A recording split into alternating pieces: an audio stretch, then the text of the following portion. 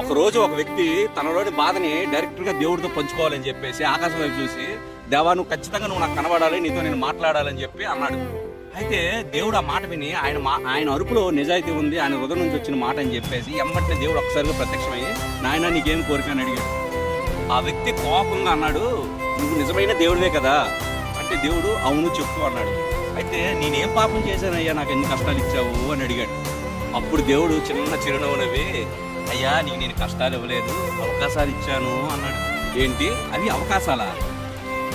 అన్ని బాధలు అన్ని కష్టాలు ఇచ్చి అవకాశం ఇచ్చానంటావు ఏంటయ్యా అని అడిగాడు. అడిగితే అన్నాడు, అయ్యా ఆ సమస్యలన్నీ నువ్వు పరిష్కరించుకొని వాటిని ఎదుర్కొని దృఢనిశ్చయంగా నిలబడి నీ జీవితంలో నువ్వు హీరో అవుతావని నీకు అటువంటి పరిస్థితులు ఇచ్చాను అని దేవుడు చెప్పాడు.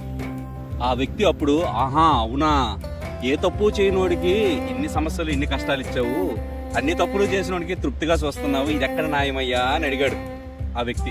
అప్పుడు దేవుడు ఏమన్నాడో తెలుసా?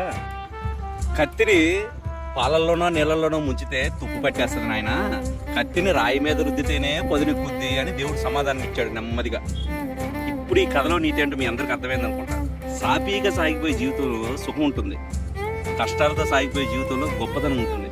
అర్థం చేసుకోండి. బాయ్, ఉంటా మరి.